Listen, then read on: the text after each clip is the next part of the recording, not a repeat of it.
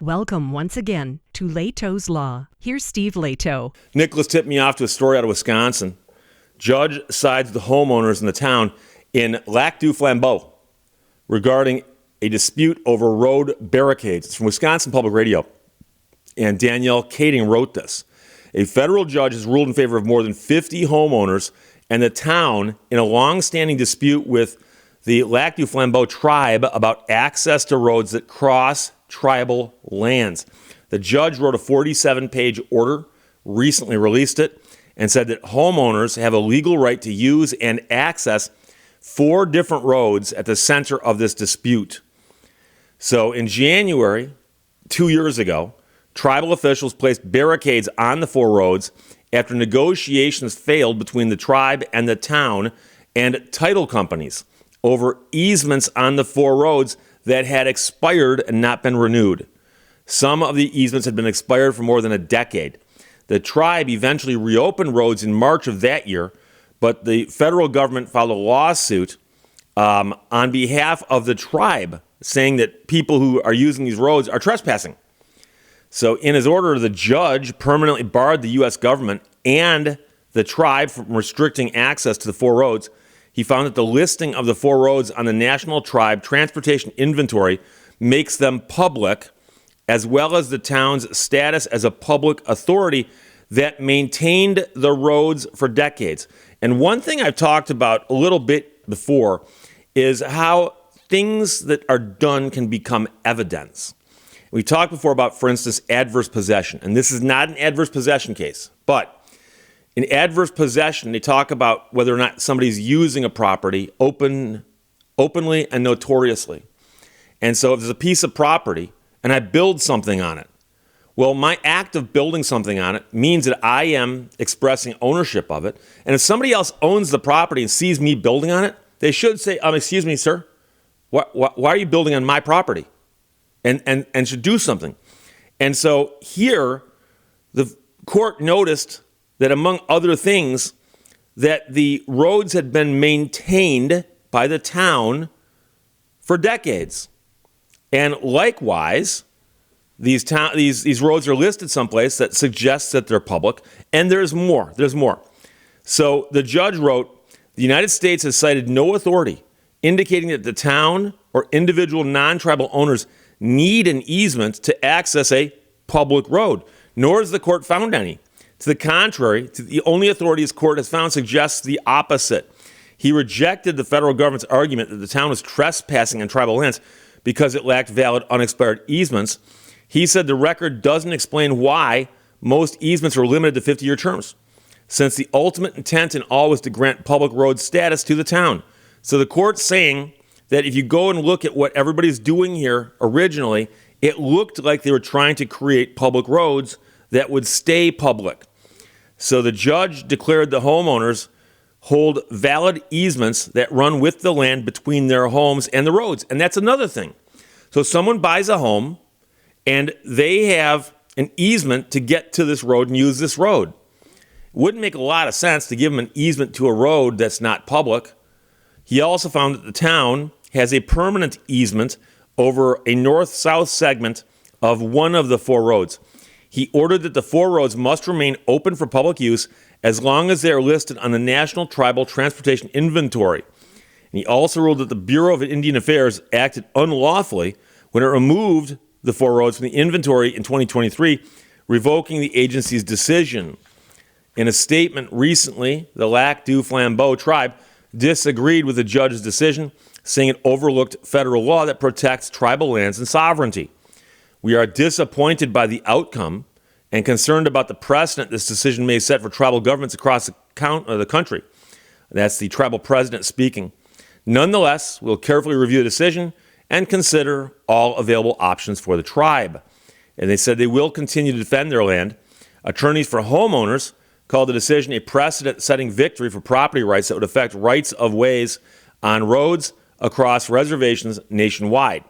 Now, a homeowner here said the ruling is a huge relief after living under the threat of road closures for 2.5 years. I would just hope this puts this all to rest now so the community can really move forward and see the full potential that we have here to have lots of good things happen for everyone. A supervisor with the town likened the dispute to a landlord-tenant situation in which the town has not paid rent to the tribe on road easements for more than a decade. He said that the tribe has been extraordinarily patient with the town. There's a lot of excitement about the decision on both sides right now. And as Yogi Berra used to say, it ain't over till it's over. The feud over access to roads had resulted in multiple lawsuits. The town of Lac du Flambeau and homeowners had filed separate federal lawsuits against the Bureau of Indian Affairs. The tribe at one point had sought $20 million in damages for what it said was trespassing by the town. Since then, tribal leaders have asked for half that, and then they offered to do it with an annual lease in exchange for fees equal to the fair market values of the homes on the 4 roads. But the judge says none of that matters. These roads are public. And I do not know enough about the history of this particular case to start opining on it. But I can tell you that I've read a lot of books on Native American history in North America. And there have been all kinds of problems because, as you might know, there was a time when some European descendants showed up and said, hey, can we use this land over here? In exchange for this land, we'll pay you something, or we'll put you over here and we'll give you this land. And, you know, the weird part about it is you go back and study it, you realize that a lot of those deals were not exactly fair. And as many people know, Michigan, and I've mentioned this a couple times recently now, the state of Michigan, if you look at it on a map, has 2 parts, 2 peninsulas, the Lower Peninsula and the Upper Peninsula. And the Upper Peninsula has been part of Michigan, the territory of, for quite some time. And in 1837, Michigan got statehood, but they had applied for statehood in 1835. And there's a dispute that lasted 2 years that actually, at one point in time, had people in the field, militia, arguing with one another. They call it the Toledo War, but it's unclear how warlike it really was. However, there was a dispute. The dispute was settled by the Toledo Strip being given to Ohio, despite the fact it was part of Michigan. And in exchange for that, Michigan got the western 2/3 of the Upper Peninsula. The eastern 1/3 was always part of Michigan. So what's funny is you go on the internet and look up stories about the Toledo War, they'll always say Michigan got the UP in exchange for the Toledo Strip. Not exactly true, but close. Okay, close. So the western 2/3. Interestingly, when the federal government agreed to give the western 2/3 of Michigan, the Upper Peninsula, to Michigan, the federal government didn't have control of it yet. They hadn't gotten the rights to it yet. There were still natives who were in the area, and it was theirs. And there was a treaty signed a few years later that gave it to the federal government to give to Michigan. But how do you give somebody and say, okay, we're going to give you land that we don't own in exchange for you giving up land? And there were all kinds of crazy transactions like that. And one of the things that I've always had a problem with, and I used to teach Michigan history at the college level. I actually taught at a university. I taught Michigan history for a couple of years. And I used to always tell my students that history is always presented in a very sanitized form. It's cleaned up to make people look better. And there was a time when quite often a military person, such as a general or a colonel, and a large group of infantry would go find a native and say, hey, sit down with us. We need to talk to you about us acquiring this land. You slide a piece of paper in front of them and say, here. And now remember, many of them didn't actually read or write the English language. And so they would refer to it as touching the pen. And they'd put a pen in their hand and then have them touch the paper and go, okay, you just signed that piece of paper. In exchange for that, we're going to give you such and such. And quite often what we'd give them would never come to fruition. But meanwhile, we'd say, but we've got rights now to this land, and we'd move on to it. And there's a lot of those going on. I'd highly suggest that you read a book called Bury My Heart at Wounded Knee. If you're unfamiliar with this era in our history, D. Brown wrote it. It's one of the greatest books of American history ever written. Bury My Heart at Wounded Knee.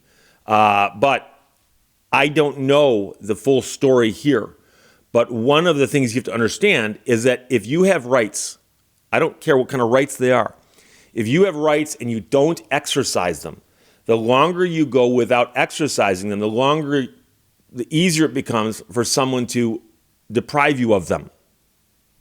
And so the Lac du Flambeau tribe says this land is ours. And we granted easements over it a long time ago. And in the meantime, roads have been built and maintained by somebody else. And the easements expired decades ago.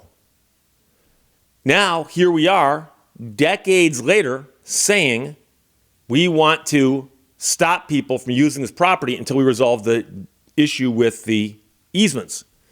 And the typical court's going to look at that and go, where were you decades ago? And so going back to the landlord-tenant example that somebody else used there, if you are renting your house to somebody, like you own an extra house, you're renting it to somebody, and the lease expires, and they stop paying rent, and you let them stay. If a couple decades goes by, a judge is going to go, where were you when they stopped paying rent? Why weren't you here then? And so what happens is, that the court's looking at this going, if we say that these roads are no longer usable by the people who live on them, it's going to be an amazing hardship for anybody who has a home on one of these roads. These people have got easements to a road that they can't use. And like I said, decades have passed. And I guarantee you that's one of the major factors in this decision. So if you've got legal rights and they're ripe, you need to exercise them now, because the longer you wait, the harder it gets. So Nicholas, thanks for sending that from Wisconsin Public Radio. Danielle Kading wrote that. Judge sides with the homeowners and the town in the Lac du Flambeau road barricade dispute in Wisconsin. Questions or comments, put them below. Let's talk to you later. Bye-bye. Thank you for watching Lehto's Law.